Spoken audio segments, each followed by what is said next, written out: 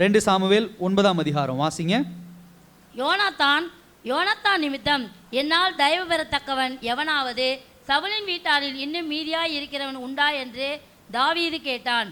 அப்பொழுது சவுலின் வீட்டு வேலைக்காரனாகிய சீபா என்னும் பேருள்ளவனை தாவீதிடத்தில் அழைத்து வந்தார்கள். ராஜா அவனை பார்த்து, நீதானா சீபா என்று கேட்டான். அவன் அடியேன் தான் என்றான். அப்பொழுது ராஜா, தேவன் நிமித்தம் நான் சவுலின் குடும்பத்தாருக்கு தயை செய்யும்படி அவன் வீட்டாரில் யாதொருவன் இன்னும் மீதியாய் இருக்கிறானா என்று கேட்டதற்கு சீபா ராஜாவை பார்த்து, இன்னும் யோனத்தானுக்கு 2 கால்களும் முடமான ஒரு குமாரன் இருக்கிறான் என்றான். அவன் எங்கே என்று ராஜா கேட்டதற்கு சீபா ராஜாவை பார்த்து, இதோ அவன் லோதேபாரிலே அம்மிலியேன் குமாரனாகிய மாகீரின் வீட்டில் இருக்கிறான் என்றான். அப்பொழுது தாவீது ராஜா அவனை லோதேபாரில் இருக்கிற அம்மிலியேனின் குமாரனாகிய மாகீரின் வீட்டிலிருந்து அழைப்பித்தான். சவுலின் குமாரனாகிய யோனத்தானின் மகன் மேவிபோசேத் தாவீதிடத்தில் வந்தபோது முகங்குப்புற விழுந்து வணங்கினான். அப்பொழுது தாவீது, மேவிபோசேத்தே என்றான். அவன், இதோ அடியேன் என்றான். தாவீது அவனை பார்த்து, நீ பயப்படாதே, உன் தகப்பனாகிய யோனத்தான் நிமித்தம் நான் நிச்சயமாய் உனக்கு தயவு செய்து உன் தகப்பனாகிய சவுலின் நிலங்களையெல்லாம் உனக்கு திரும்ப கொடுப்பேன். நீ என் பந்தியில் நிமித்தம் அப்பம் புசிப்பாய் என்றான். அப்பொழுது அவன் வணங்கி, செத்த நாயைப் போல் இருக்கிற என்னை நீர் நோக்கி பார்க்கிறதுக்கு உமது அடியான் எம்மாத்திரம் என்றான். ராஜா சவுலின் வேலைக்காரராகிய சீபாவை அழைப்பித்து அவனை நோக்கி, சவுலுக்கும் அவர் வீட்டார் எல்லாருக்கும் இருந்த யாவையும் உன் எஜமானுடைய குமாரனுக்கு கொடுத்தேன்.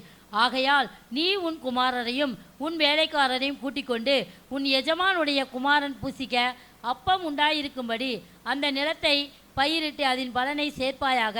உன் எஜமானுடைய குமாரன் மேவிபோசேத் நித்தம் என் பந்தியிலே அப்பம் புசிப்பான் என்றான். சீபாவுக்கு 15 குமாரரும் 20 வேலைக்காரரும் இருந்தார்கள். சீபா ராஜாவை நோக்கி, ராஜாவாகிய என் ஆண்டவன் தமது அடியானுக்கு கட்டளையிட்டபடியெல்லாம் உமது அடியானாகிய நான் செய்வேன் என்றான். ராஜகுமாரில் ஒருவனைப் போல மேவிபோசேத் என் பந்தியிலே அசனம் பண்ணுவான் என்று ராஜா சொன்னான். மேவிபோசேத்திற்கு மீகா என்னும் பேருள்ள சிறுவனாகிய ஒரு குமாரன் இருந்தான். சீபாவின் வீட்டிலே குடியிருந்த யாவரும் மேவிபோசேத்திற்கு வேலைக்காரராய் இருந்தார்கள். மேவிபோசேத் ராஜாவின் பந்தியில் நித்தம் அசனம் பண்ணுகிறவனாய் இருந்தபடியினால் எருசலேமிலே குடியிருந்தான். அவனுக்கு 2 காலும் முடமாய் இருந்தது. கண்களை மூடி தேவன் நோக்கி பார்க்கலாம். அன்பின் பரலோக பிதாவே, இந்த நல்ல நாளுக்காக நன்றி ஆண்டவரே. உம்முடைய வார்த்தை எங்களோடு பேசட்டும். பரிசுத்த ஆவியானவர் எங்களோடு பேசுங்க, வழி நடத்துங்க. இயேசுவின் நாமத்தில் ஜெபிக்கிறோம் நல்ல பிதாவே, ஆமென். ஹல்லேலூயா. சரி, இன்னைக்கு ரொம்ப முக்கியமான ஒரு தலைப்பை உங்களிடத்திலே பகிர்ந்து கொள்ள, அதாவது ஆண்டவர் உங்களோடு பேச விரும்புகிறார். இந்த தலைப்பு ரொம்ப முக்கியம். இந்த முழு வேதாகமத்திலும் இந்த வார்த்தை ரொம்ப முக்கியம். அந்த வார்த்தை என்னவென்று சொன்னால் கிருபை, கிரேஸ். ஏன்னா இந்த கிருபை இல்லாமல் நாம் தேவனோடு சமாதானமாய் இருக்க முடியாது. இந்த கிருபை இல்லாமல் தேவன் நம்மோடு சமாதானமாய் அவர் எந்த விஷயத்தையும் தொடர்பு கொள்ள முடியாது. கர்த்தர் நம்மோடு இடைபடுகிற எல்லா காரியங்களுக்கும் இந்த கிருபை தான் அடிப்படையாக என்ன பண்ணுகிறது இருக்கிறது. இந்த கிருபை இல்லை என்று சொன்னால் பாவத்தை நாம் ஜெயம் கொள்ள முடியாது. இந்த கிருபை இல்லை என்று சொன்னால் குற்ற உணர்ச்சியோடு இன்றைக்கும் போராடி கொண்டுதான் இருப்போம். இந்த கிருபை இல்லை என்று சொன்னால் நமக்கு அந்த உண்மையான சந்தோஷம் நமக்குள்ள என்ன பண்ணாது இருக்காது. இந்த கிருபை இல்லை என்று சொன்னால் தேவனுக்கு வேலை செய்கிற அந்த நோக்கம் நமக்குள்ள என்ன பண்ணாது இருக்காது. இந்த கிருபை இல்லை என்று சொன்னால் தேவனோடு சேர்ந்து நடக்கிற அந்த பண்பு நமக்குள்ள என்ன பண்ணாது வராது. கிருபை ரொம்ப முக்கியம். இன்னைக்கு பிசாசானவன் ஓவர் டியூட்டி, அதாவது உழைப்பதற்கு நம்ம சொல்கிறோம் பார்த்தியா, ஓவர் டியூட்டி பாஸ்டர், இன்னைக்கு 8 மணி நேரம் உழைக்க வேண்டியது 12 மணி நேரம் உழைக்கிறோம் அப்படின்னு சொல்கிறது போல பிசாசானவன் இன்னைக்கு ஓவர் டியூட்டி செஞ்சுட்டு இருக்கிறான். எதுக்காக அப்படின்னு சொன்னால் வேதாகமத்திலே குழப்புவதற்காக, வேத வசனங்களை குழப்புவதற்காக. அதுக்குன்னு சில பேரை தேர்ந்தெடுத்துக்கிறான் அந்த உலகத்தில்.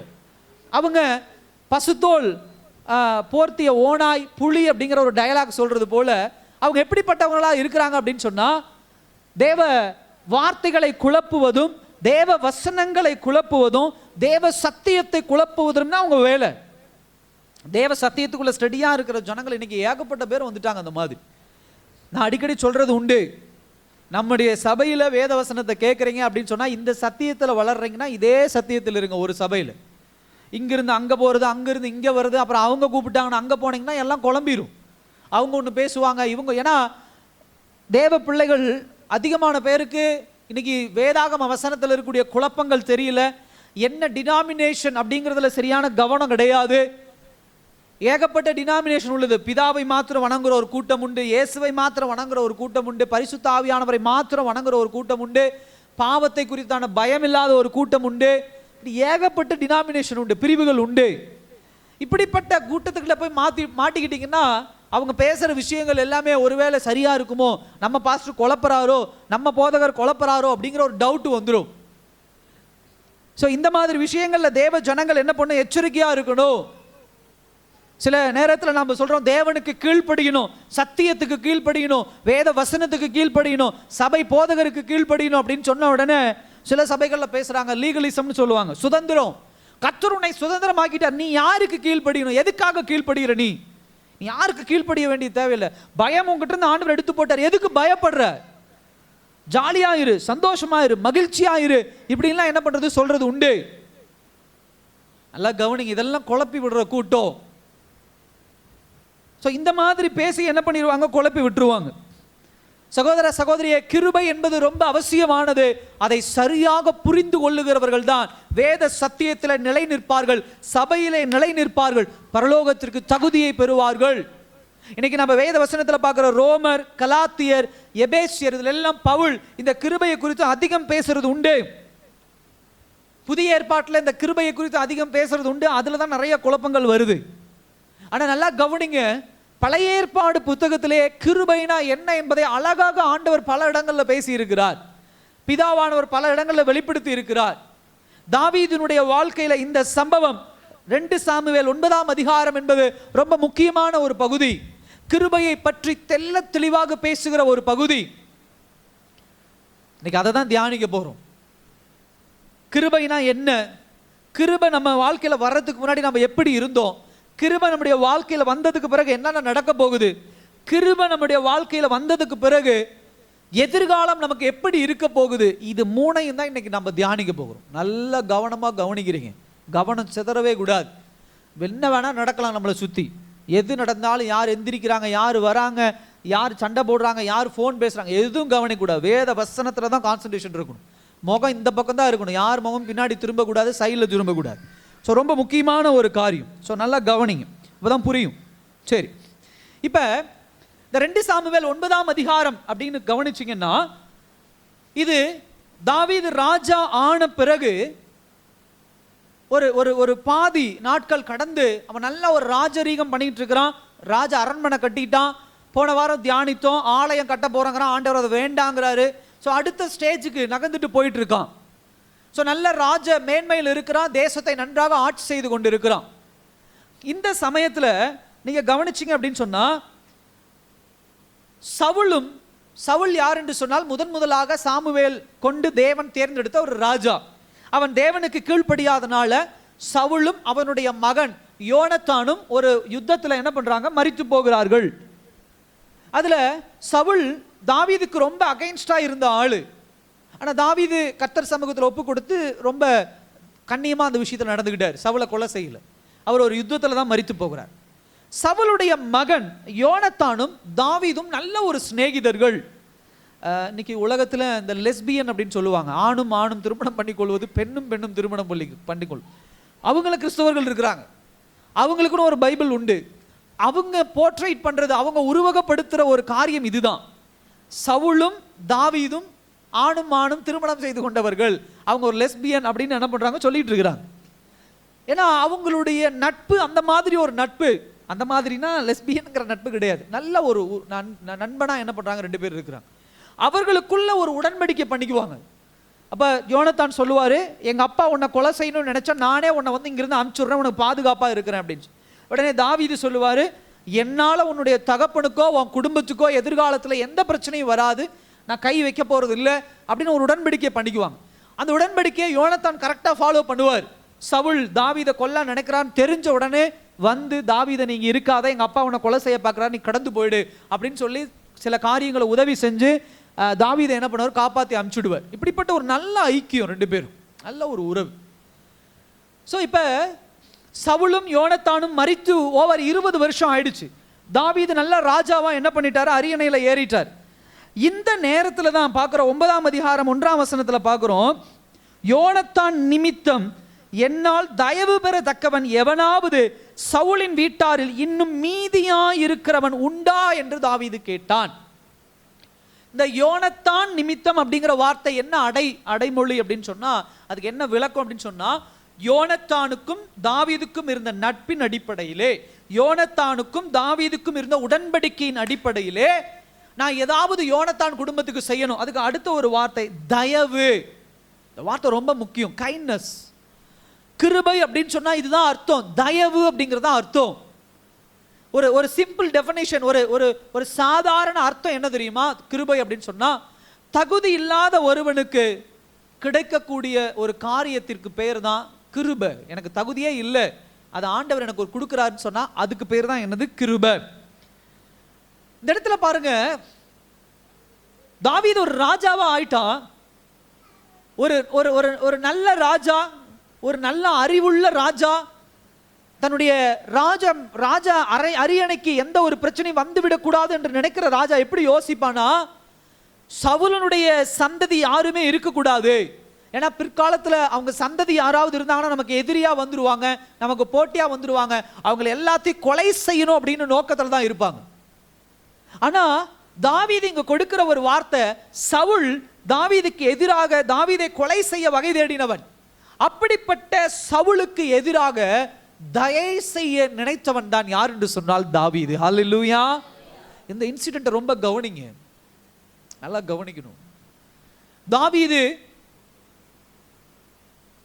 கிருபையை குறித்து ஒரு நல்ல விளக்கத்தை தன்னுடைய வாழ்க்கையின் மூலமாக இந்த இடத்துல என்ன பண்ணுகிறார்? வெளிப்படுத்துகிறார். இப்ப இதுல 3 கேரக்டர் ரொம்ப முக்கியம். ஒன்று தாவீது, இன்னொன்று யோனத்தான், இன்னொன்று யாரு? மேவிபோசேத். யாருன்னா யோனத்தானுடைய பிள்ளை. பாட்டு நிறைய பேர் பாடி இருக்கிறோம், இன்னைக்கு கூட பாடணும், மேவிபோசேத்தை போல அப்படின்னு பாடினோன்னா இன்னைக்கு யாருக்கு அந்த ஹிஸ்டரி தெரியாது. இன்னைக்கு நல்லா கவனிங்க.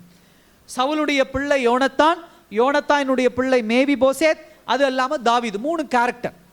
இப்ப இந்த கிருபையை உணர்ந்து கொள்ளணும் அப்படின்னு சொன்னா இந்த 3 பேத்தையும் எப்படி உணர்ந்து கொள்ளலாம் அப்படின்னு சொன்னா, தாவீது பிதா என்றும், யோனத்தான் கிறிஸ்து என்றும், மேவி போசேத் யாருன்னு சொன்னா நீங்களும் நானும். ஹல்லேலூயா. நல்லா கவனிங்க, அப்பதான் இது புரியும் உங்களுக்கு. ஏன்னா கிருபை அப்படின்னா என்ன என்பதை இந்த விளக்கத்தை கொடுக்கிறார் ஆண்டவர். தாவீது யாருங்க? சொல்லுங்க, எல்லாரும் சொல்லுங்க. தாவீது யாரு? பிதாவின் அடையாளம். யோனத்தான் யாரு? இயேசு கிறிஸ்துவின் அடையாளம்.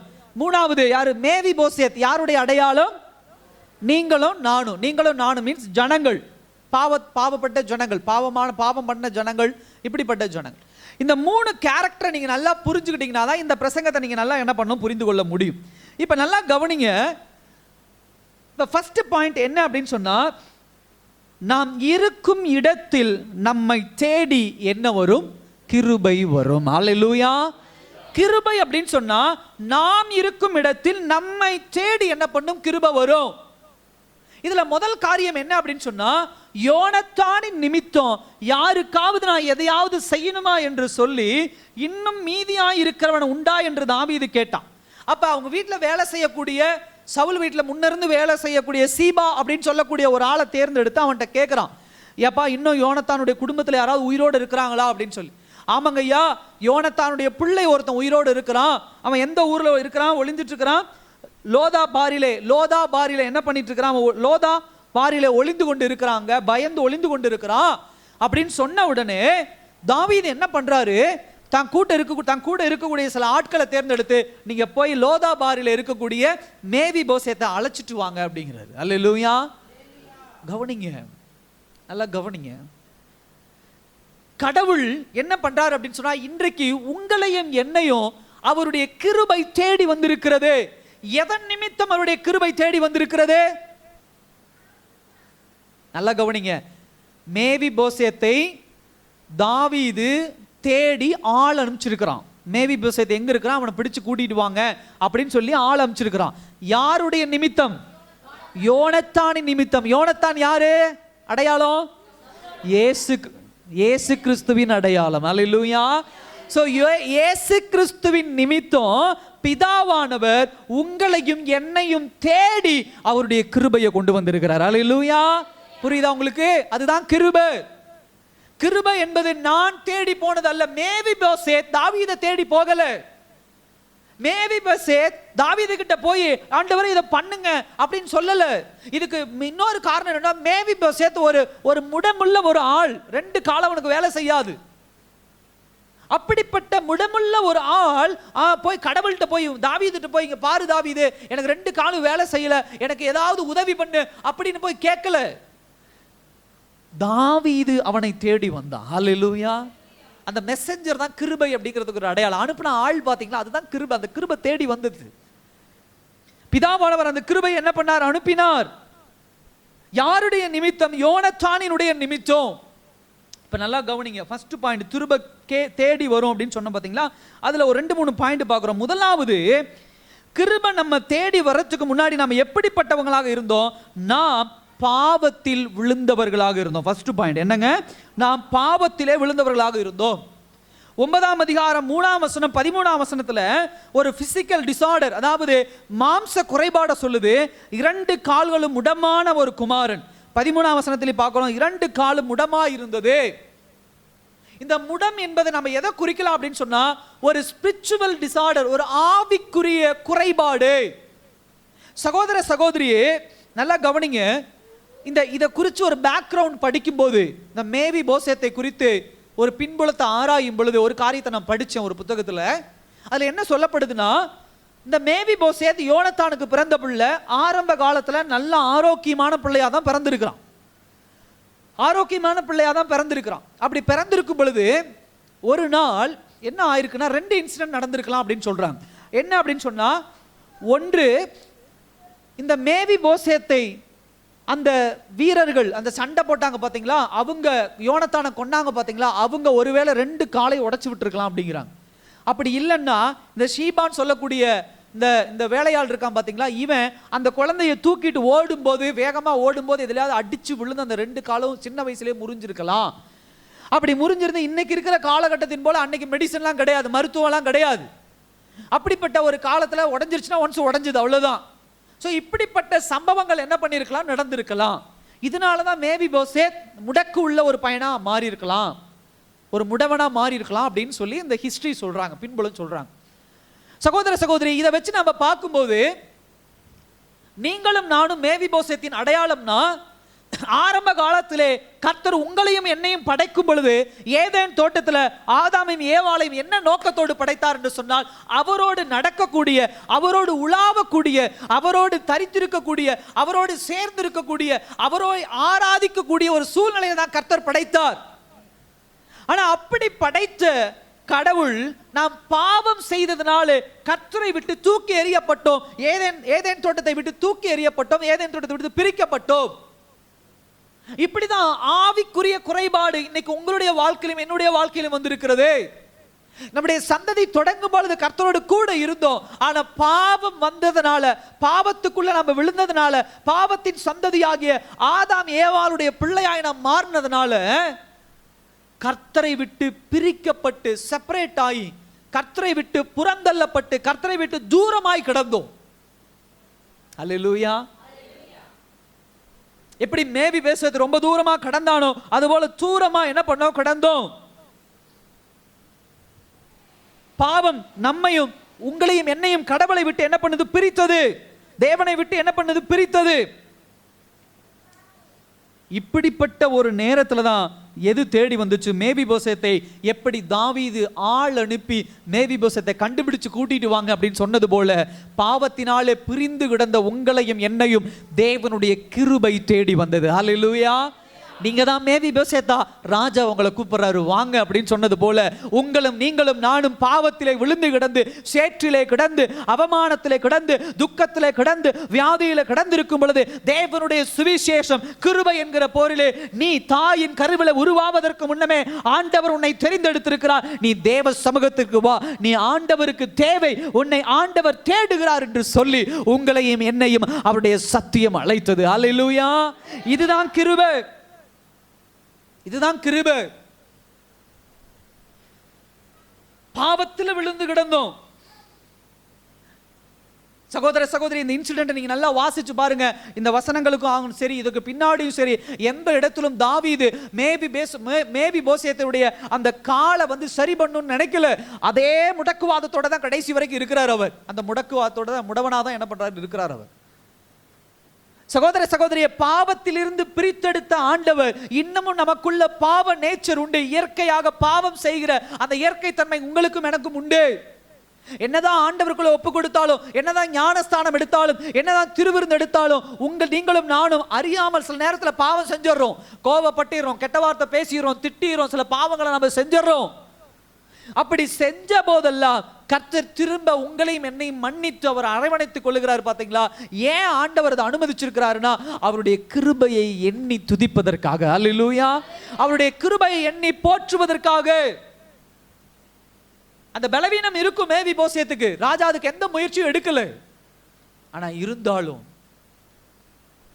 ராஜாவினுடைய பந்தியில உட்கார வச்சு அழகு பார்த்தார் அவர். அல்லேலூயா. எதுக்காக? அந்த கிருபையை போற்றணும், அந்த கிருபையை உயர்த்தணும் அப்படின்னு சொல்லி.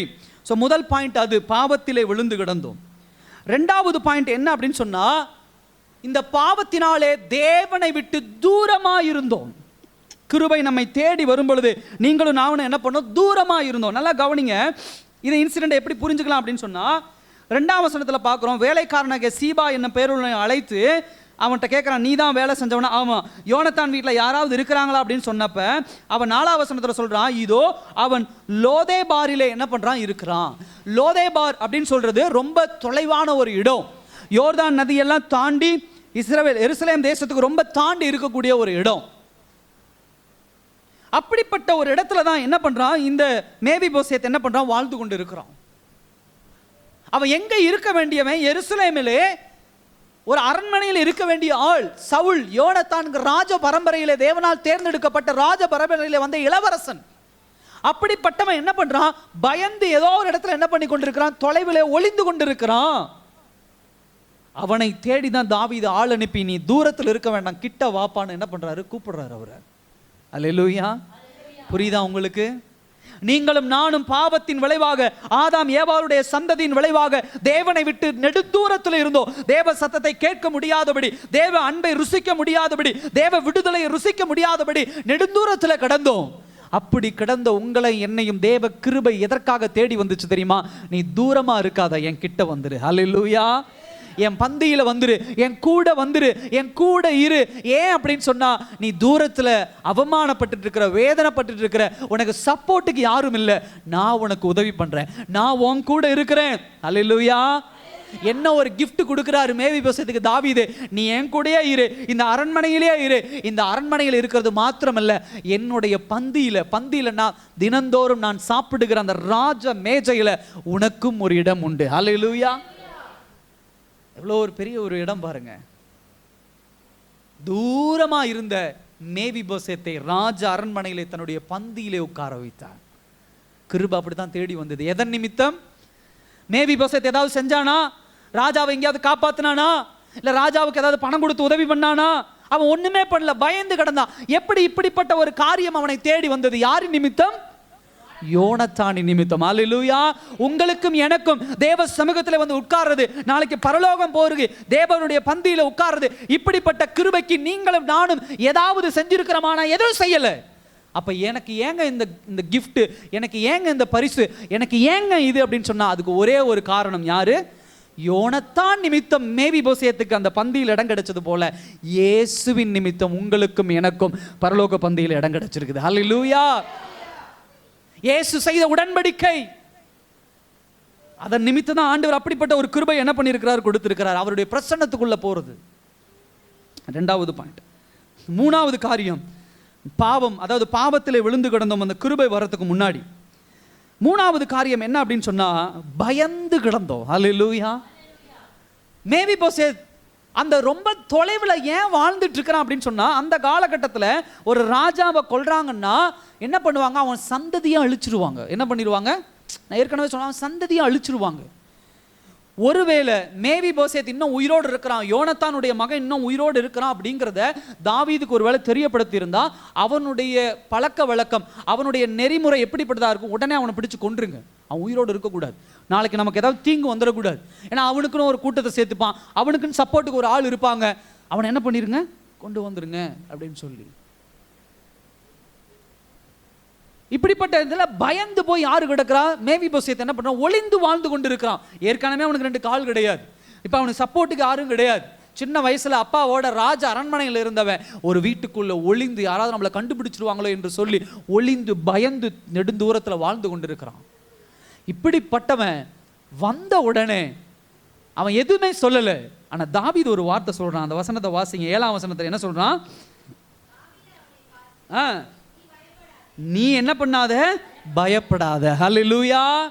இதுதாங்க கிருபை நம்மளை தேடி வந்தது. நமக்குள்ள பயம் இருக்கக்கூடாது. ரொம்ப நாட்களா பயத்தை குறித்து நம்ம தியானிச்சோம், அவ்வளோ டாபிக் தியானிச்சோம். நான் ஏன் பயந்து போய் கிடந்தேன்? மேவிபோசேத் ஏன் பயந்து போய் கிடந்தானா? தன்னுடைய தாத்தா, அதாவது சவுலின் நிமித்தமோ யோனத்தானின் நிமித்தமோ நமக்கு ஒருவேளை நியாய தீர்ப்பு வந்துடுமோ, நமக்கு தண்டனை கொடுத்துருவாங்களோ, நம்மளை கொலை செய்து விடுவார்களோ என்று பயந்து போய் கிடந்தான். நீங்களும் நானும் கடவுளத்தில் கிட்ட நெருங்காததுக்கு மிகப்பெரிய ஒரு காரியம் அதுதான். எங்க நான் பண்ண தப்புக்கு ஆண்டவருக்கு தெரிஞ்சிருமோ, எங்க நான் பண்ண தவறுகளை ஆண்டவர் தெரிஞ்சு எனக்கு தண்டனை கொடுத்துருவாரோ. ஆனா ஆண்டவர் இன்னைக்கு சொல்ற ஒரு வார்த்தை, தாவீதை போல ஆண்டவர் சொல்ற ஒரு வார்த்தை, பயப்படாத. ஹல்லேலூயா. அடுத்த ஒரு வார்த்தை சொல்றான் பாருங்க, உன் தகப்பனாகிய யோனத்தான் நிமித்தம் நான் நிச்சயமாய் உனக்கு என்ன செய்ய போறேன்? தயை செய்ய போறேன். ஹல்லேலூயா. சகோதர சகோதரி, நம்ம ஏன் பயப்படக்கூடாதுன்னா, பிதா உங்களை என்னை அழைத்து என்ன சொல்றாரு? நீ பயப்படாத, நீ பண்ண பாவத்தை குறித்து பயப்படாத, நீ பண்ண தவறுகளை குறித்து பயப்படாத, நீ பண்ண துன்மார்க்கத்தனம் அக்கிரமத்தின் நிமித்தம் பயப்படாத. ஏன்னா உன் நிமித்தம் உனக்கு மரண தண்டனை தான், உன் நிமித்தம் உன் மேல எனக்கு கோபம் ஆக்கினதா, ஆனால் யோனத்தான் நிமித்தம் உனக்கு தயை செய்கிறேன் என்று தாவீது சொல்றது போல பிதா சொல்றாரு, இயேசுவின் நிமித்தம் உனக்கு நான் என்ன செய்யறேன்? தயை செய்யறேன். ஹல்லேலூயா. உன் பாவங்களை எல்லாம் மன்னிக்கிறேன், உன்னுடைய தண்டனைகளை எல்லாம் நிவர்த்தி ஆக்குறேன், பரலோகத்துக்கு உன்னை கூட்டிட்டு போறேன், பரலோகத்துக்கு தகுதி உன்னை நான் என்ன பண்றேன்? படுத்துறேன். ஹல்லேலூயா. இதுதாங்க கிருபை நம்மளை தேடி வரதுக்கு முன்னாடி இருந்த ஒரு நிலைமை. இந்த இன்சிடென்ட் எல்லாம் மாறிக்கிட்டே வருது. தேவ கிருபை வரும் பொழுது அப்படி ஒரு கிருபை. 2வது காரியம், கிருபை நம்மளை தேடி வரும்போது நம்ம எப்படி இருந்தோம் நம்ம தியானிச்சோம். 2வது ஒரு பாயிண்ட் என்னன்னா, கிருபை நம்மை தேவ பிரசன்னத்திற்கு முன்னாக என்ன பண்ணுகிறது? கொண்டு வருகிறது. ஹல்லேலூயா. உங்களை என்னையும் யார் கையை பிடிச்சு தேவ பிரசன்னத்துக்கு முன்னாடி கூட்டிட்டு வந்தா? என்ன தைரியத்தில் வந்து உட்கார்ந்து இருக்கிறீங்க ஜெபிக்க தேவ சமூகத்தில்? நம்ம பண்ண பாவத்திற்கு, நம்ம பண்ண அக்கிரமம், நம்ம பண்ண துன்மார்க்கத்தனம் இதெல்லாம் செஞ்சுட்டு வந்து என்ன தைரியத்தில் தேவ பிரசன்னத்துக்கு முன்னாடி உட்கார்றீங்க? நீங்களும் நானும் கிருபை. ஹல்லேலூயா. அந்த கிருபையினால தான் தேவ சமூகத்தில் தப்பு பண்ணாலும் சரி, பாவம் பண்ணாலும் சரி, திரும்ப என் ஆண்டவர் என்னை மன்னிப்பா, என் கர்த்தர் என்னை மன்னிப்பான்னு தேவ பிரசன்னத்துக்கு முன்னாடி வந்து, தேவ சமூகத்துக்கு முன்னாடி வந்து, ஆண்டவரே என்னை மன்னிங்க, ஆண்டவரே என்னை ஏற்றுக்கொள்ளுங்க ஆண்டவரே என்று சொல்லி என்ன பண்ணோம்? இருக்கிறோம். நல்லா கவனிங்க. ஆனால் ரொம்ப சந்தோஷமான ஒரு விஷயம் என்ன தெரியுமா? ஒரு மகிழ்ச்சியான ஒரு விஷயம், தேவ கிருபையை என்னைக்கு நம்ம டேஸ்ட் பண்ண ஆரம்பிக்கிறோம் தெரியுமா? நாம் எப்போ தேவனிடத்தில் தப்பு பண்ணி தகுதி இல்லைன்னு உணர்றோமோ அன்னைக்கு தான் அதை டேஸ்ட் பண்ண ஆரம்பிக்கிறோம். அல்லேலூயா. நல்லா கவனிச்சு பாருங்க. ஒருவேளை யோனத்தானுடைய பிள்ளை மேவிபோசேத் 2 காலம் நல்லா செயல்படுகிற ஒரு ஆளாக இருந்திருந்தா என்ன நடந்திருக்கும்? கிளம்பியிருப்பான், தாவீதுக்கு எதிராக பேசியிருப்பான், தாவீதுக்கு எதிராக ஆளை சேர்த்திருப்பான். அவன் தயை செய்ய நினைக்கலாம், பிதா அதாவது தாவீது தயை செய்ய நினைக்கலாம். ஆனால் மேவிபோசேத் என்ன பண்ணுவான்? ரகசியமாக ஒரு கூட்டம் போட்டு, சவுலுக்குன்னு ஒரு கூட்டம் இருக்கும், அதெல்லாம் இணைச்சு தாவீதுக்கு சண்டை போடுவோம் அப்படின்னு கூட்டி இருக்கலாம். அவன் தாவீதுக்கு எதிரிங்கிற ஒரு சூழ்நிலை வந்திருக்கும். ஆனால் அவன்கிட்ட இருந்த குறைபாடு, யோனத்தான் நிமித்தம் தேவ பிரசன்னத்திற்கு முன்னாடி அவன் வரான். தாவீதினுடைய பிரசன்னத்திற்கு முன்னாடி என்ன பண்றான்? வரான். சகோதர சகோதரி, அதான் ஃபர்ஸ்ட். 2வது பாயிண்ட், அதுல ஒரு சில காரியங்கள் நம்ம என்ன பண்றோம் பார்க்கலாம். முதல் பாயிண்ட் என்னன்னா, கிருபை நம்மை தேவனுக்கு பிரியமானவனாக என்ன பண்ணுகிறது? ஏற்றுக்கொள்ள வைக்கிறது. ஹல்லேலூயா. ஏற்றுக்கொள்ள வைக்குது. நல்லா கவனிங்க. இந்த இடத்துல பாருங்க, 7ஆம் வசனத்தில், பயப்படாதே, உன் தகப்பனாகிய யோனத்தான் நிமித்தம் நான் நிச்சயமாய் உனக்கு தயை செய்து உன் தகப்பனாகிய சவுலின் நிலங்களை எல்லாம் உனக்கு திரும்ப கொடுப்பேன், நீ என் பந்தியில் நித்தம் அப்பம் புசிப்பாய். தாவீது ஏற்றுக்கொள்றான். தாவீதை சவுல் ஏற்றுக்கொள்ளல, தாவீதை சவுலுடைய கூட்டத்தார் ஏற்றுக்கொள்ளல. ஆனா தாவீது என்ன பண்றான்? தன்னுடைய எதிரியாக இருக்கக்கூடிய, தன்னை விட்டு பிரிந்து போய் தனக்கு துரோகம் செய்த அந்த குடும்பத்தில் இருந்து என்ன பண்ணுகிறான்? தாவீது ஏற்றுக்கொள்ற. வாப்பா, நீ பயப்படாத, யோனத்தான் நிமித்தம் உனக்கு நான் என்ன பண்ண போறேன்? தயை செய்ய போகிறேன். யோனத்தான் நிமித்தம் உனக்கு நான் நிலம் கொடுக்க போறேன். யோனத்தான் நிமித்தம் நான் என்ன பண்ண போறேன்? என் பந்தியில உனக்கு ஒரு இடம் கொடுக்க போறேன். அது மாத்திரம் இல்லை, அவனுடைய வேலைக்காரன் என்று சொல்லக்கூடிய சவுலின் வேலைக்காரனாகிய சீபாவை கூப்பிடுறான். கூப்பிட்டு என்ன சொல்றான்? உன் பிள்ளைங்க எத்தனை? 15 பேர். எல்லாத்தையும் கூட்டிட்டு வா. கூட்டிட்டு வந்து நீ யாருக்கு கீழே வேலை செய்யணும்? மேவிபோசேத்துக்கு கீழே வேலை செய். அவனை ராஜகுமாரனை போல பார்த்துக்கோ. அவனுக்கு தேவையான காரியங்கள் எல்லாம் செய்ய. உனக்கு நான் நிலம் கொடுக்கிறேன். அந்த நிலத்துல நீ பயிரிட்டு அவனை ஒரு ராஜகுமாரனை போல, அவன் தேவைகளை எல்லாம் நீங்க 15 பேர் உன்னுடைய வேலைக்காரர் எல்லாமே அவனை பார்த்து கொள்ளணும்னு சொல்லி ஒரு ராஜகுமாரனை போல தாவீது அவனை அங்கீகரிக்கிறான். அல்லேலூயா. சத்தமா சொல்லுங்க. புரியலையா உங்களுக்கு? பாவத்துல கிடந்தோம், துன்மார்க்கத்தனத்துல கிடந்தோம். இன்னைக்கு ஆண்டவர் இயேசு கிறிஸ்துவின் ரத்தத்தின் நிமித்தம் உங்களை என்னை அவருடைய சமூகத்துக்கு கொண்டு வந்து அவர் ஏற்றுக்கொண்டதுனால இன்னைக்கு தேவனுடைய பிள்ளையாக, ராஜகுமாரனாக கர்த்தர் உங்களை என்னை அங்கீகரித்திருக்கிறார். அல்லேலூயா. இயேசு ராஜானா நீங்களும் நானும் யாரு? தேவனுடைய பிள்ளைகள். தேவனுடைய பிள்ளைனா ராஜகுமாரர்கள். இதுல பார்க்கிறோம் வேலையாட்கள். வேதவசன சங்கீத புத்தகத்தில் அழகா சொல்றார் தாவீது, தேவதூதர்கள் என்ன பண்ணுவாங்க? உங்களுடைய பாதம் கல்லில் இடராதபடி சொல்லுங்க. அப்ப அவங்க நமக்கு வேலையாள் தானே. ஆண்டவர் அப்படித்தானே அப்பாயின்மெண்ட் பண்ணியிருக்கிறாரு. கவனிச்சு பாருங்க. இதுதாங்க கிருபை. எதிரியா இருக்கிறவனுக்கு அவ்வளோ பெரிய பெனிஃபிட், அவ்வளோ பெரிய காரியங்களை என்ன பண்றாரு ஆண்டவர் செய்யறார். இது எல்லாம் யார் நிமித்தம்? இதெல்லாம் யார் நிமித்தம் நடக்குது? யோனத்தான் நிமித்தம். உங்களுக்கும் என்னுடைய வாழ்க்கையில இதெல்லாம் ஆசீர்வாதம் ஏன் வருது? இந்த கிருபை ஏன் தேடி வந்ததுன்னு சொன்னா இயேசு கிறிஸ்துவின் நிமித்தம். அல்லேலூயா. அதன் மூலம் தான் தயவு வந்துச்சு. ஏற்றுக்கொள்ளுகிறது. ரெண்டாவது ஒரு பாயிண்ட் பாருங்க. இந்த கிருபை நம்மை தேடி வரும்போது என்ன நடக்கும் அப்படிங்க? கிருபை நமக்கு எதிர்பார்ப்புக்கு மேலான ஆசீர்வாதங்களை, அல்லேலூயா, கிருபை நாம் எதிர்பார்க்கிறதுக்கு மேலான பிளெஸிங் ஆசீர்வாதங்களை கொண்டு வருது. மேவிபோசேத் யோசிச்சிருப்பாரா? அவர் என்ன யோசிச்சுட்டு இருந்தார்? மேவிபோசேத் சொல்லுங்க, என்ன யோசிச்சுட்டு இருந்திருப்பார் வீட்டில்? என்ன பேசவே மாட்டேங்கிறீங்க? இந்த பக்கம் பேசுங்க. தாவீதே நம்மளை கொன்றுவா, தாவீது கண்ணில் பட்டாவே நம்ம செத்து போயிடுவோம் அப்படிங்கிற பயம் தான் இருந்தது. அதனால தான் ஒரு 6 யோர்தான் நதியெல்லாம் தாண்டி ரொம்ப தூரத்தில் லோதேபாரில் போய் என்ன பண்றான்? ஒளிஞ்சிட்டு உட்காந்துருக்கான். இப்ப இப்படிப்பட்ட ஒளிந்து பயந்து கொண்டிருந்தவனை கூப்பிட்டு, பயப்படாதப்பா, நான் உனக்கு உதவி செய்யறேன், நான் உனக்கு சப்போர்ட் பண்றேன் அப்படின்னு சொல்லிட்டு என்னென்ன உதவி பண்றான் பாருங்க. என்னென்ன உதவி பண்றான் சொல்லுங்க, நீங்க தான் சொல்லணும். சொல்லுங்க.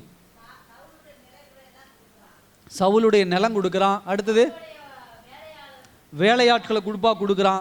அதுக்கு அடுத்தது முக்கியமான ஒரு பாயிண்ட், சாப்பிட்டுங்க அது சொல்றான். அப்புறம் பந்தியில உட்கார வைக்கிறான். 4 பேர் தான் பிரசங்கம் கேட்டுட்டு இருக்கிறீங்க, மித்தெல்லாம் தூங்கிட்டீங்க, தலை தொங்கிருச்சு. இல்லை சில பேர் கண்ணை முழிச்சுட்டே தூங்கிட்டு இருக்கிறாங்க அப்படின்ட்டு. இப்போதான் சொல்கிறேன், 5 நிமிஷத்துக்கு முன்னாடி தான் சொன்னேன். சரி, மைண்டில் வச்சுக்கோங்க, இல்லைன்னா பிரசங்கம் புரியாது. அதனால தான் திரும்ப திரும்ப நான் அதை சொல்கிறேன். யோனத்தானுங்கிறாரு, மேவிபோசேத்துங்கிறாரு, பிதாங்கிறாரு அப்படின்னு புரியாமல் போயிடும். அதனால் கவனிங்க. சரி, இப்போ நல்லா கவனிங்க. அவன் எத்தனை அற்புதம்! ஒருவேளை தாவீதா இருந்திருந்தா என்ன பண்ணியிருப்போம் சொல்லுங்க? நீங்கள் ஒருவேளை தாவீது, மேவிபோசேத்தை யாரோ ஒருத்தர் நினச்சி நீங்கள் என்ன பண்ணியிருப்பீங்க? ஏப்பா உயிரோடு இருக்கிறியா? சரி சந்தோஷம், உயிரோடு இருக்கிறதுனால சந்தோஷம். மாதம் கட்ட 5 கிலோ அரிசி என்ன பண்ணிடும்?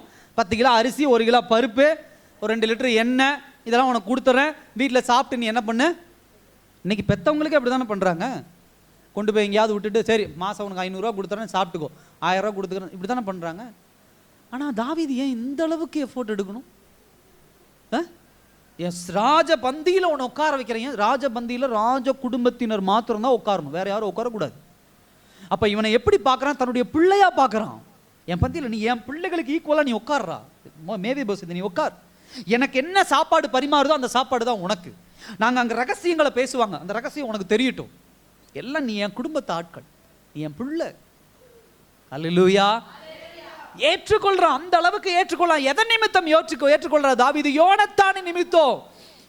ஏன் பிதா உங்களையும் என்னையும் ஏற்றுக்கொள்ளுகிறார், ஏன் பிதா உங்களை என்னையும் மன்னிக்கிறார் அப்படின்னு சொன்னா இயேசு கிறிஸ்துவின் நிமித்தம் தான் அந்த கிருபை உங்களையும் என்னையும் தேடி வந்திருக்கிறது. அல்லேலூயா. இல்லைன்னா இல்ல. பேபி பாசத் எதுவும் செய்யல. நீங்களும் நானும் என்னமோ பெரிய 40 நாள் உபவாசம் இருந்துட்டோம், நான் வந்து இவ்வளவு காணிக்க கொடுத்துட்டேன், இல்ல நான் இப்படி இருந்துட்டேன், அப்படி அதெல்லாம் கிடையாது. இதெல்லாம் கர்த்தர் செய்த நன்மைக்கு நீங்க கொடுக்கிற ரெஸ்பான்ஸ். உபவாசம் இருக்கிறீங்க அப்படின்னு சொன்னா பெருமையா நினைச்சுக்காதீங்க. கர்த்தர் உங்களை செய்த நன்மைக்கு நீங்க கொடுக்கிற பதில். எஸ், கர்த்தர் நன்மை செஞ்சார். காணிக்க கொடுக்குறோம்னா அதுல உடனே பெருமை வந்துடக்கூடாது. காணிக்க எதுக்கு கொடுக்குறோம் அப்படிங்கிறதுலையும் பெருமை வந்துடக்கூடாது. எது கொடுக்கணும், தசம்பாகம் எது கொடுக்கணும் அப்படி இல்லை. இது கர்த்தர் கொடுத்தார் அப்படிங்கிறத ரெகக்னைஸ் பண்ணிக்கணும் நீங்க உங்க வாழ்க்கையில. 10,000 ரூபாய் நான் சம்பாதிக்கிறேன், 1000 ரூபாய் தேவனுக்கு நான் தசம்பாகமா கொடுக்குறேன். அதுக்கு என்ன அர்த்தம் தெரியுமா? இந்த 10,000 நான் சம்பாதிக்கிறது இல்லை, இதுக்குண்டான பலன் என்கிட்ட இருந்து இல்லை, கர்த்தர் கொடுக்கிறார் அப்படிங்கிற அர்த்தம் தான் அதுக்கு பேர். டெய்லி காலையில் ஜெபிக்கிறீங்க, அதுக்கு அர்த்தம் அதுதான். அது பெருமையா சொல்லிக்க வேண்டிய அவசியம் கிடையாது.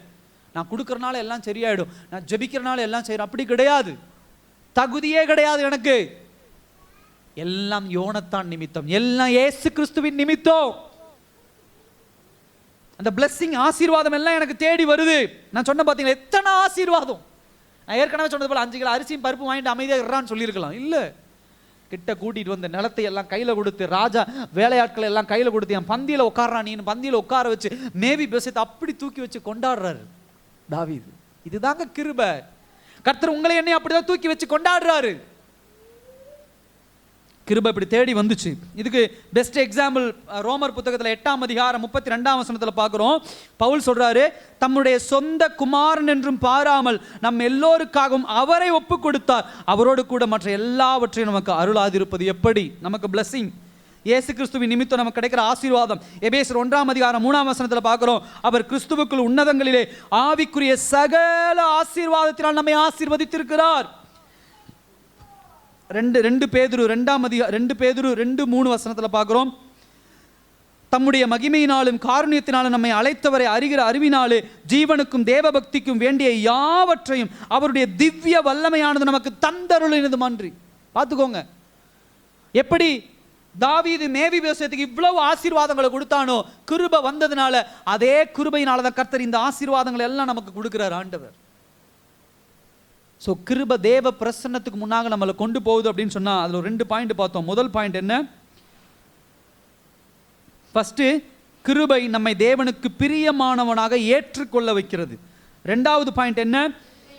கிருபை நமக்கு எதிர்பார்ப்பிற்கு மேலான ஆசீர்வாதங்களை கொண்டு வருகிறது. 3வது பாயிண்ட் என்னன்னா, கிருபை ராஜாவோடும் அவரது குமாரனோடும் ஒன்று சேர வைக்கிறது. அல்லேலூயா. நல்லா கவனிங்க, எவ்வளோ அழகான ஒரு வார்த்தை இந்த வார்த்தை. நீங்க 9ஆம் அதிகாரம் 7ஆம் வசனம், 10ஆம் வசனம், 11ஆம் வசனம், 13ஆம் வசனம், இதெல்லாம் திரும்ப திரும்ப ஒரு வார்த்தை வருது. என்ன வரும்னா, மேபி பசத் அந்த ராஜ பந்தியில உட்கார்ந்து என்ன பண்ணா? சாப்பிட்டான். எவ்வளோ பெரிய ஒரு எக்ஸைட்மெண்டான, ஒரு எதிர்பார்க்க முடியாத ஒரு மிகப்பெரிய ஒரு காரியம். தேவன் அந்த ராஜகுமாரர்களோடு உட்கார்ந்து சாப்பிடுகிற ஒரு கிருபை. அவன் பண்ண தவறு, அவன் சந்ததி பண்ண தவறு, அவன் குடும்பம் பண்ண தவறுக்கு அவன் தாவீது என்ன பண்ணிருக்கான்? அவனை கொலை செய்து போட்டிருக்கணும், அவனுக்கு தண்டனை கொடுத்துருக்கணும், அவன் ஜட்ஜ்மெண்ட் பண்ணியிருக்கணும் அவனை. ஆனா தன்னுடைய குமாரர்களோடு ஒன்றிணைத்து, நீ யோனத்தான் பிள்ளைமா, நீ யோனத்தான் பிள்ளை, நான் யோனத்தானோட உடன்படிக்கை பண்ணியிருக்கிறேன், யோனத்தான் பிள்ளை என் பிள்ளை மாதிரி என் பிள்ளையோட நீ உட்காரு. அல்லேலூயா. பரலோகத்தில் பிதா உங்களை என்னையும் அப்படிதான் அவருடைய மகனாக, அவருடைய மகளாக, அந்த ராஜகுமாரர்களாக பந்தியில நம்மளையும் அமர வைக்க போறார். அல்லேலூயா.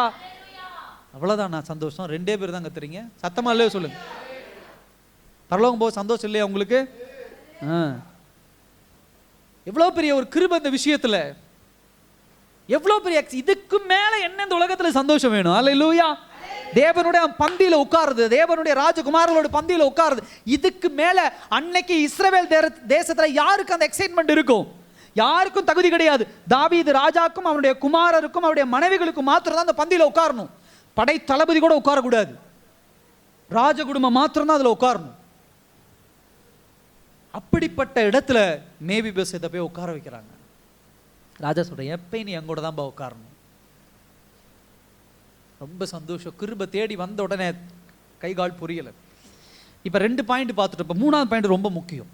இப்போ கிருபை நம்மளை தேடி வரும்போது நம்ம எப்படிப்பட்ட நிலைமையில் இருந்தோம், அது ஒரு பாயிண்ட் பார்த்தோம். அடுத்தது கிருபை நம்மக்கிட்ட வரும்போது தேவ பிரசன்னத்துக்கு முன்னாக நம்மளை கொண்டு போகுதுன்னு சொல்லி அதில் ஒரு 2 பாயிண்ட் பார்த்தோம். இப்போ 3வது பாயிண்ட் என்னென்னா, இப்போ கிருபை நம்மளை தேடி வந்துருச்சு, இப்போ என்ன பண்ணலாம் அடுத்து?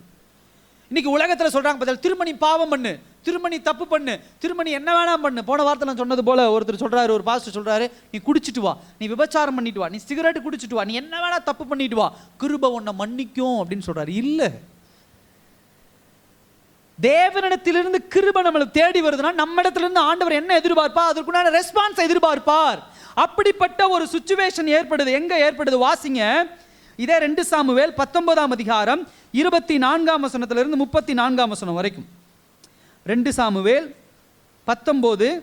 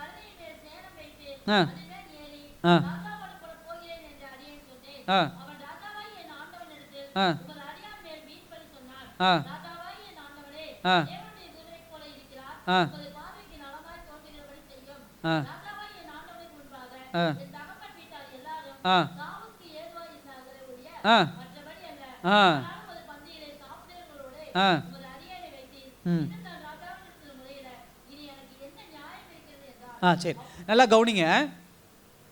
இந்த இந்த இந்த இன்சிடென்ட் நான் சொல்கிறேன். மேபி போசேத் வந்துட்டான், ராஜாவோட பந்தியில் உட்காந்து நம்ம நல்லா சாப்பிட்டுட்டு இருக்கிறான். இப்படி சாப்பிட்டுட்டு இருக்கும்போது ஒரு நாள் என்ன ஆயிடுச்சு அப்படின்னு சொன்னால், தாவீதினுடைய பிள்ளை ஆகிய அப்சலோம் யாருக்கு எதிரியாக எழும்புறா? தாவீதுக்கு எதிரியாக எழும்புறா. அவன் குடும்ப பிரச்சனை ஒன்று, நீங்கள் வீட்டில் போய் பைபிளில் படிச்சுக்கோங்க அதெல்லாம். அப்சலோம் யாருடைய பிள்ளை? யார் சில பேருக்கு தெரியறது இல்லை, அதனால் படிங்க. ஸோ என்ன ஆயிடுச்சு அப்படின்னு சொன்னால், அப்சலோம் என்ன பண்ணுறான் அப்படின்னு சொன்னால், திடீர்னு சில பேரை கூட்டி சேர்த்துக்கிட்டு என்ன பண்ணிடுறான், இஸ்ரவேல் தேசத்தை தன் கைவசப்படுத்திக்கிறான். படுத்திட்டு என்ன பண்ணுறான், அப்பனை துரத்தி விட்டுறான். அப்பனை கொலை செய்ய வகை தேடுறான்.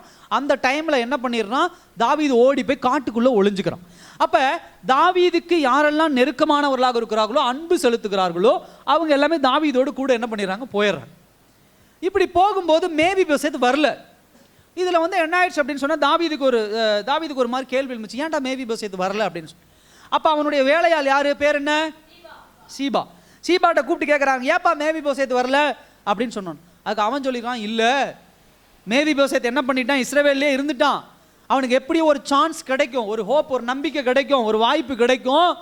அப்சலோமையும் போட்டு தள்ளிட்டு உங்களையும் போட்டு தள்ளிட்டு தான் ராஜா வாயிரலாம் அவன் என்ன பண்ணுறான், ஒரு நம்பிக்கையோடு எங்கே இருக்கிறான், இஸ்ரவேல்லே இருக்கிறான் ராஜா அப்படின்னு சொல்லி தாவீதுகிட்ட சொல்லிடுறாங்க. இதை கேட்டோன்னா தாவீது கொஞ்சம் மன கஷ்டமாக ஆயிடுச்சு. என்னடா நம்ம இப்படி கூட்டிகிட்டு வந்து அவனுக்கு கிருபையெல்லாம் கொடுத்து இப்படி கூட்டிகிட்டு வந்து பந்தியில் உட்கார வச்சோம், இவன் இப்படி சொல்லிட்டானே அப்படின்னு சொல்லி.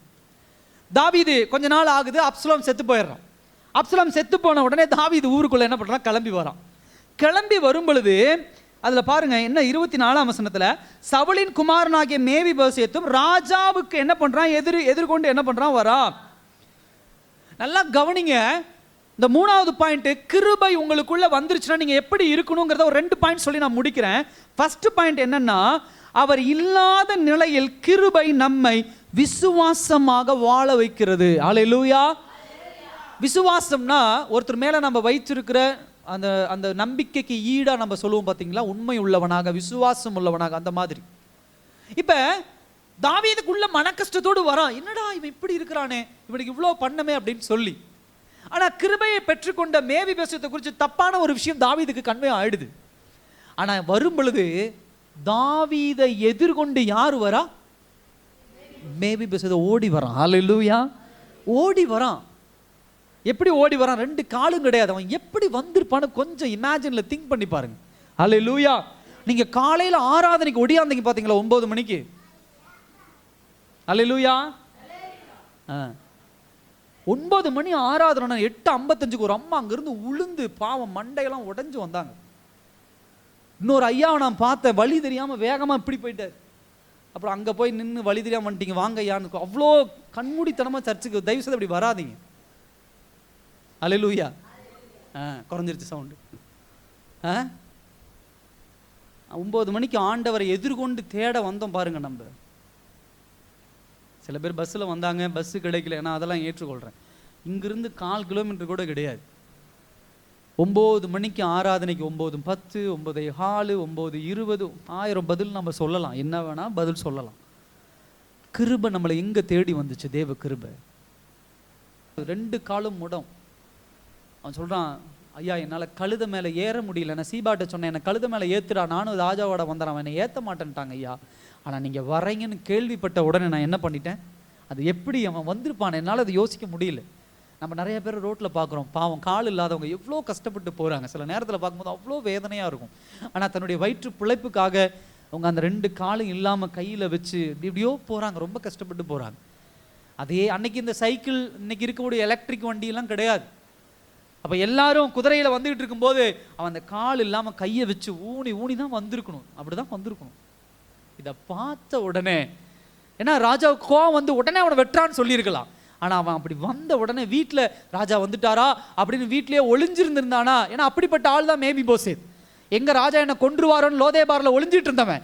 ஆனால் இப்போ ராஜா ஊருக்குள்ளே வராருன்னு தெரிஞ்ச உடனே ஒடியாரான். எத்தனை பேர் ஒடியாந்துருப்பாங்க அவங்க மத்தியில், அவனும் வரான். அவனை பார்த்தோன்னே தாவீது கண்டுபிடிச்சிட்டான். என்ன கண்டுபிடிச்சிட்டான் அப்படின்னா, சீபா சொன்ன காரியம் இல்லை இது அப்படின்னு சொல்லி எதிர்கொண்டு வந்தான். தேவனை சந்திக்க நம்மளும் அப்படிதான் வரணும், எதிர்கொண்டு வரணும். ஆண்டவர் என்ன தேடி ஒரு தடவை கிருபையா தேடி வந்துட்டாரு. இப்ப நீங்க என்ன ரெஸ்பான்ஸ் பண்றீங்க தேவனுடைய கிருபைக்கு?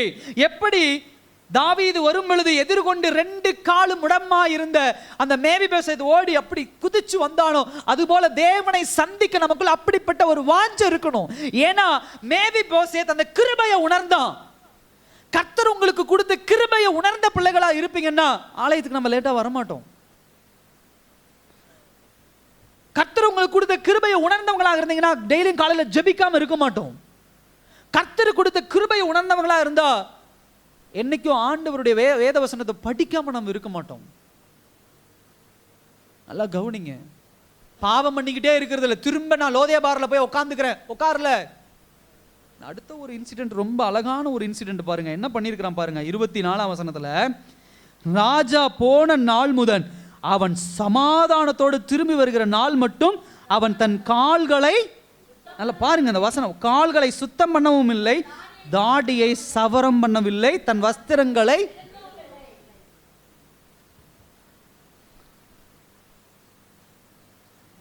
ஒரு பதில் சொல்லுங்க.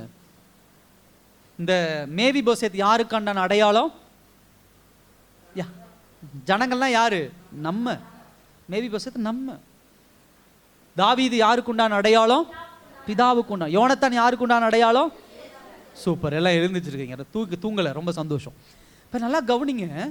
இவன் ஆண்டவர் இல்லாத போது, அதாவது தாவீது இல்லாத போது இவன் எப்படிப்பட்டவனாக இருக்கிறான் பாருங்க. கால்களை சுத்தம் பண்ணலை, ட்ரெஸ்ஸை வெளுக்கலை, சவரன் பண்ணலை. இந்த 3 இன்சிடென்ட் தான் இந்த உலகத்தில் ரொட்டீனா நடக்கக்கூடிய ஒரு விஷயம், உலகத்தோடு ஒத்து போகிற ஒரு விஷயம். கால்களை ஏற்கனவே அவன் கால் முடக்குவாதம் முடிச்சு முடவனா நடக்க முடியாம இருக்கிறான். அப்ப நல்லா கவனிச்சு பாருங்க. நமக்கு நல்லா கால் இருக்குது, நம்ம கால்லேயே ஒரு 2 நாள் குளிக்காம விட்டோம்னா அங்கங்க அழுக்கு என்ன பண்ணிரும்? சேர்ந்துரும். அங்கங்க சுண்ணாம்பு சேர்ந்துரும், அழுக்கெல்லாம் சேர்ந்துரும்.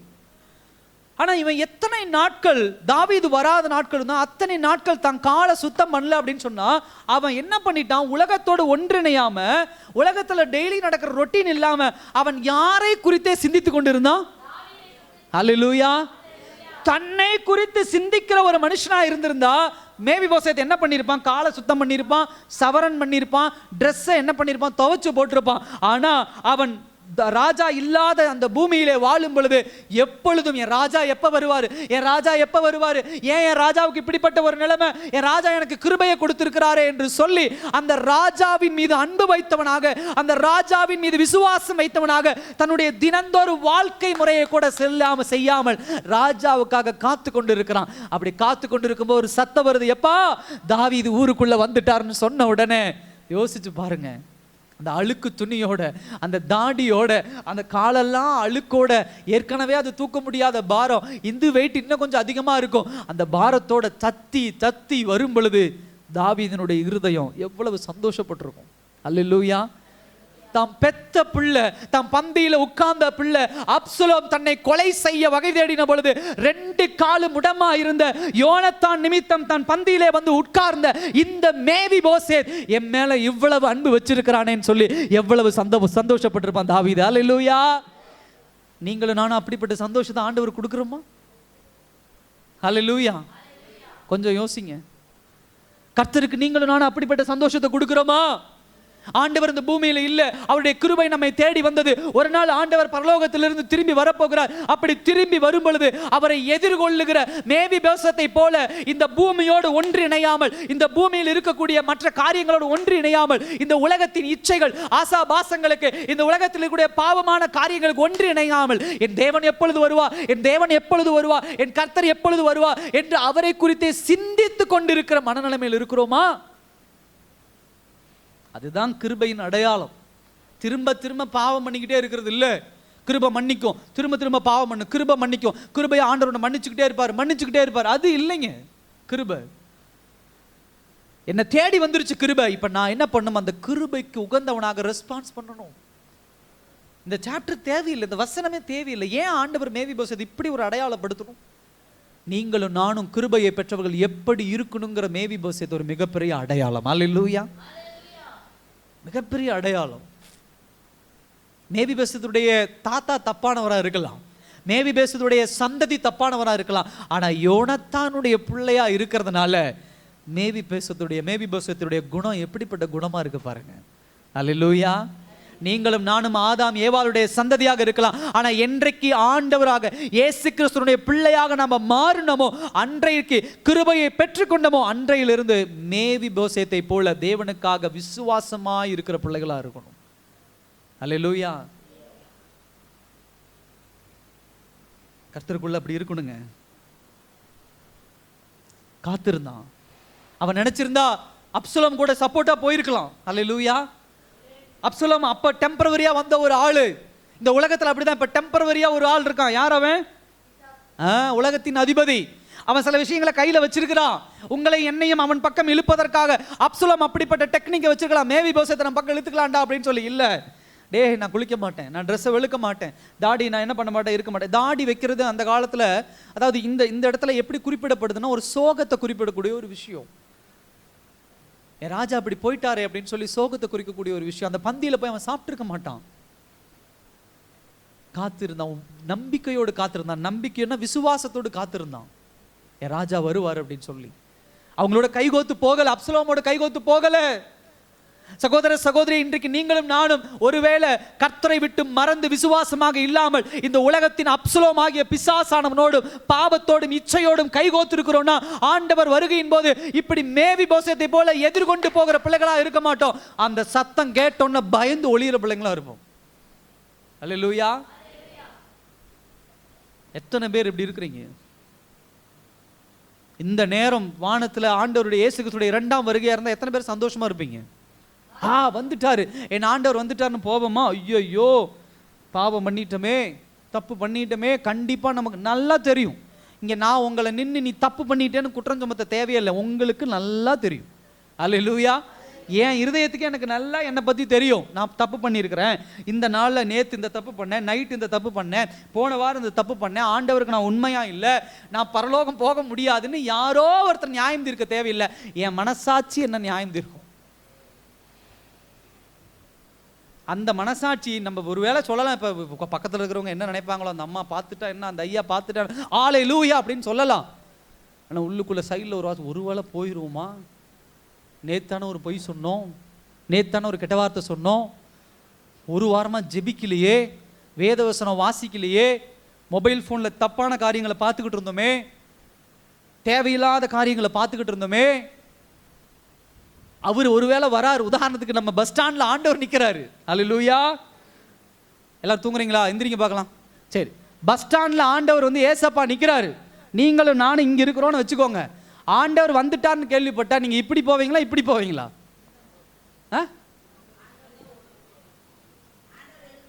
ஆண்டவரை எதிர்கொண்டு போவோம்னா உங்களுக்குள்ள என்ன நம்பிக்கை இருக்கணும்? ஆண்டவரோடு போவோம்னு ஒரு நம்பிக்கை இருக்கணும். இன்னொருத்தவங்க சொல்கிறாங்க, என்ன சொல்கிறாங்க, பாவம் நான் ஜெயிலன்னு என்ன பண்ணணும். அல்லேலூயா. நான் யாரையும் எழுப்பலை இந்த இடத்துல. பாவம் செஞ்சவங்களாம் எந்திரிங்கன்னு நான் சொல்லலை. நீங்கள் கேட்டுக்கோங்க உங்கள் இருதயத்தில். ஆண்டவர் அங்கே வந்துட்டார், எல்லாத்தையும் கூட்டிகிட்டு வந்துட்டு இருக்கிறார், பரலோகத்துக்கு மேலே போயிட்டுருக்கிறாரு. நான் இப்படி ஓடுற நம்பிக்கை எனக்குள்ளே இருக்குன்னா நான் பாவம் செய்யாமனா இருக்கணும். அதே ஐயோ ஆண்டவர் வந்துட்டாருன்னு இப்படி ஓடுறேன்னா என்ன அர்த்தம்? மேபி போஸ். அதனால அந்த வார்த்தை எனக்கு ரொம்ப பிடிச்ச வார்த்தை. நான் காலைல நேற்று நைட்டு தியானிக்கும் பொழுது எனக்கு ரொம்ப பிடிச்ச வார்த்தை, எதிர்கொண்டு போனான். ஆனால் அவனை பற்றி சீபா என்ன சொல்கிறான் ஆண்டவர்கிட்ட, இதே சீபா வந்து யார்கிட்ட, தாவீதுகிட்ட சொன்னால், அவன் உனக்கு எதிராக இருக்கிறாயா, அவன் உனக்கு எதிராக தப்பு பண்ணுறவனா இருக்கிறாயா அப்படின்னு சொல்லி. சில நேரத்தில் பிசாசானவன் உங்களை என்னையும் யாருக்கிட்ட குற்றம் சுமத்துவான்? ஆண்டவர்கிட்ட குற்றம் சுமத்துவான். யோபுவை பார்க்குறோம், ஆண்டவர்கிட்ட போய் சொல்கிறான், ஆண்டவரே நீங்கள் அவனுக்கு ஆசீர்வாதம் கொடுத்ததுனால அவன் அப்படி இருக்கிறான், ஆடு மாடுகளை கொடுத்ததுனால அவன் அப்படி, ஆடு மாடை எடுத்துரு, நீங்கள் பிள்ளைகளை கொடுத்துரு, பிள்ளைகளை எடுத்துரு, நல்ல சொத்து வீடை எடுத்துரு. பிசாசுக்கு வேலை இதுதான். யோபு நிரூபித்தான். அதுபோல் நீங்களும் நானும் மேவி போசத்தை போல யோபுவை போல நிரூபிக்கணும். அல்லேலூயா.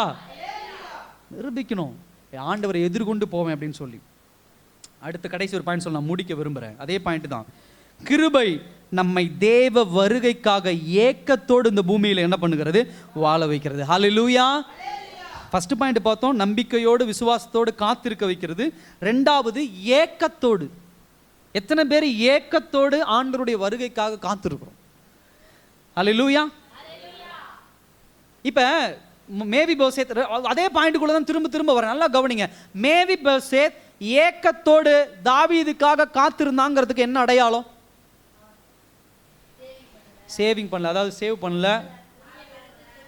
அப்போ என்ன பண்ணுறான், ஏக்கத்தோடு எப்போ ஆண்டவர் வருவார்னு என்ன பண்ணுறான், அவன் காத்துட்டு இருக்கிறான். எப்போ ஆண்டவர் வருவார், ஏக்கம்னா அதுதானே. இப்போ நீங்கள் யாரையாவது ஒருத்தர் எதிர்பார்த்து காத்திருக்கிறீங்கன்னா என்ன பண்ணுவீங்க? சாப்பிட மாட்டீங்க. எப்போ வருவாங்க, எப்போ வருவாங்க, இன்னைக்கு ஒரு இந்த நிமிஷம் வந்துடுவாங்க, அந்த டைம் ஆயிடுச்சா, வந்துருவாங்களா, சாப்பாடு இருக்கட்டும், அவங்க வந்த உறவு சொந்தக்காரங்க வந்ததுக்கப்புறம், அவங்க வந்ததுக்கப்புறம் நான் சாப்பிட்டுக்கிறேன், இப்படிலாம் நம்ம சொல்கிறது உண்டு இல்லை. கிருபையை பெற்றுக்கொண்ட பிள்ளைகள், கிருபையை சார்ந்திருக்கிற பிள்ளைகள் எப்பயுமே என்ன பண்ணுவாங்க, தேவ வருகைக்காக ஏக்கத்தோடு காத்திருப்பார்கள். அப்படின்னா எப்படி உலக காரியங்களில் கவனம் செலுத்தாமல் கர்த்தருடைய வருகைக்கு ஏக்கம் கொண்டிருக்கிறானோ மேவி போசேத், அது போலதான் கிருபையை பெற்றுக்கொண்ட பிள்ளைகள் வாழுவாங்களோ தவிர திரும்ப திரும்ப பாவத்தை செஞ்சுக்கிட்டே என்ன பண்ண மாட்டாங்க, இருக்க மாட்டாங்க. பாவத்தின் மீது ஏக்கம் உள்ளவர்கள் தான் பாவம் செஞ்சுக்கிட்டே இருப்பாங்க. உலகத்தின் காரியங்கள் மீது ஏக்கம் உள்ளவர்கள் தான் உலகத்தின் காரியத்தை பின்பற்றிக்கிட்டே இருப்பாங்க. மேவி போசேத்தை போல வருகைக்கு எப்ப ராஜா வருவார், எப்ப ராஜா, எப்ப ராஜா வந்துட்டாரியா ஓடு, என் இயேசு எப்ப வருவார், என் இயேசு, இதெல்லாம் தேவையில்லை, பொய் சொல்லு தேவையில்லை, என் இயேசு வருவார், நான் அதுக்காக காத்திருக்கிறேன். அதுதான் என் ஏக்கம். பணம் சம்பாதிப்பது என் ஏக்கம் அல்ல, இச்சை என்னுடைய ஏக்கம் அல்ல, விபச்சாரம் என்னுடைய ஏக்கம் அல்ல, மற்ற காரியங்கள் என்னுடைய ஏக்கம் அல்ல. அப்படி எனக்கு அது மேல ஏக்கம் இருந்துச்சுன்னா அதுக்காக திரும்ப திரும்ப இந்த உலகத்தில் பாவம் செஞ்சுக்கிட்டே தான் நான் இருப்பேன்.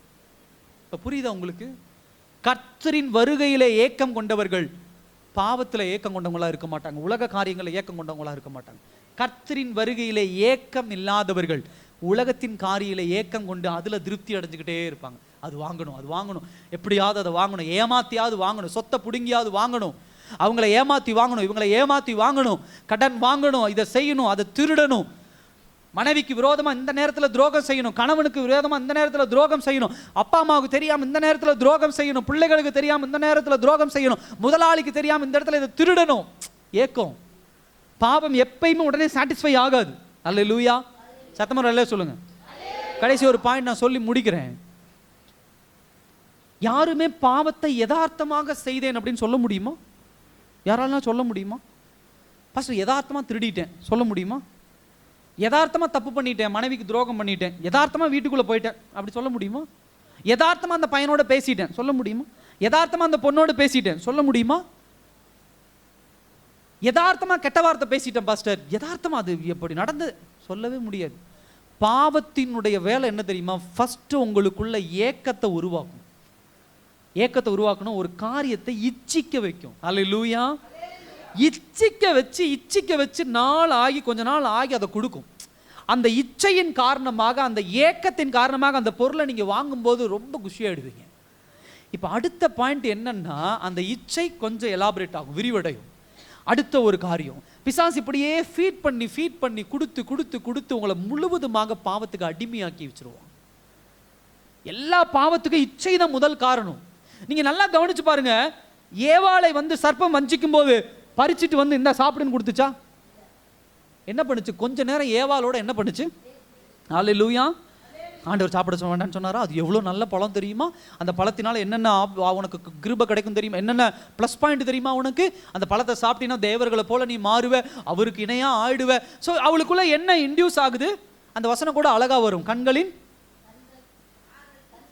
இச்சைக்கு இருந்தது, விருப்பமா இருந்துச்சு, பிரியமா இருந்துச்சு, அதனால மாம்சத்தின் இச்சை, இந்த மாதிரியான காரியங்கள் அதில் மென்ஷன் பண்றாங்க.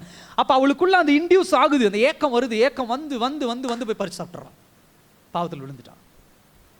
ஹல்லேலூயா. மேவி போசேத்தின் போல கிருபையை பெற்றவர்கள் தேவ வருகைக்காக ஏக்கத்தோடு காத்திருப்பாங்க. அந்த ஏக்கம் பரிசுத்த ஏக்கமா இருக்கும். ஹல்லேலூயா. பிள்ளைகளை போல தப்பு பண்ணிட்டு எங்க அப்பா அடிச்சிருவாரோ, ஒரு நாள் பிள்ளைங்க நைட்டு ஹோம்ஒர்க் பண்ணலைன்னா அடுத்த நாள் ஸ்கூல் போகும்போது எப்படி ஏக்கமா போகும்? நீங்களாம் ஸ்கூல் படிச்சிருக்கீங்களா? பாதி பேர் படிச்சிருக்கிறோம். முதலாளிகிட்ட வேலைக்கு போகிறோம், நிறைய விஷயங்கள் போகிறோம். இப்போ உதாரணத்திற்கு பிள்ளைங்க ஹோம்ஒர்க் பண்ணாமல் ஸ்கூல் போகிறது, கடன் கொடுக்காம ஒரு ஆளை பார்க்கறது, அவனுக்கு வட்டி கொடுக்கணும், 1 மாசமா வட்டி கொடுக்கல, அப்படி பார்க்கறது. முதலாளிக்கு முன்னாடி என்ன பண்ணுறது? 2 நாள் லீவு போட்டு போகும்போது என்ன ஏக்கத்தோடு போவீங்க? திட்டுவார். முதலாளி கண்ணில் என்ன பண்ணக்கூடாது? படக்கூடாது. பிள்ளைகளாக இருந்தால் எப்படி யோசிப்பாங்க? ஹோம்ஒர்க் பண்ணலாம், அந்த டீச்சர் இன்னைக்கு என்ன பண்ணக்கூடாது? வரக்கூடாது, ஸ்கூலுக்கு லீவு போட்டு. ஏக்கம் எப்படி மாறிடுச்சு? டீச்சரை சந்திக்கணும்னு ஆசை இல்லை, முதலாளியை பார்க்கணுன்னு ஆசை கிடையாது. ஏதாவது ஒரு தப்பு பண்ணிட்டா பிள்ளைங்க அப்பா அம்மா பார்க்கக்கூடாது, அப்பா அம்மா வந்துடக்கூடாதுன்னு யோசிக்கிறது உண்டு. இது போல தான் பாவம் பண்ணிட்டா தேவ வருகையை ஏக்கமாக பார்க்கவே மாட்டோம். பாவம் பண்ணிட்டா ஐயோ வந்துருவாரோ, ஐயோ வந்துருவாரோ, ஐயோ வந்துருவாரோ, அப்படிதான் நினைச்சிட்டு இருப்போம். சகோதர சகோதரியே, மேவி போசேத்துடைய வாழ்க்கை கிருபையை பெற்றுக்கொண்டு திரும்ப திரும்ப பாவம் செய்வது அல்ல. கிருபையை பெற்றுக்கொண்டோம் அப்படின்னு சொன்னா ஏக்கத்தோடு கர்த்தருக்கு காத்திருக்கணும். அந்த ஏக்கம் எப்படி வெளிப்படணும்? இந்த உலகத்தின் காரியங்கள்ல நம்ம என்ன பண்ணக்கூடாது? இருக்கக்கூடாது. சேவ் பண்ணலை, ட்ரெஸ்ஸை துவைக்கல, கால்களை கழுவ கூட இல்லை, ஆண்டவர் வருவார், ஆண்டவர் வருவார், ஆண்டவர் வருவார், ஆண்டவர் வருவார், காத்து கொண்டு இருந்தான். எல்லாரும் இருக்கிற இடத்துல எழுந்து நிற்கலாமா அந்த நாள்ல?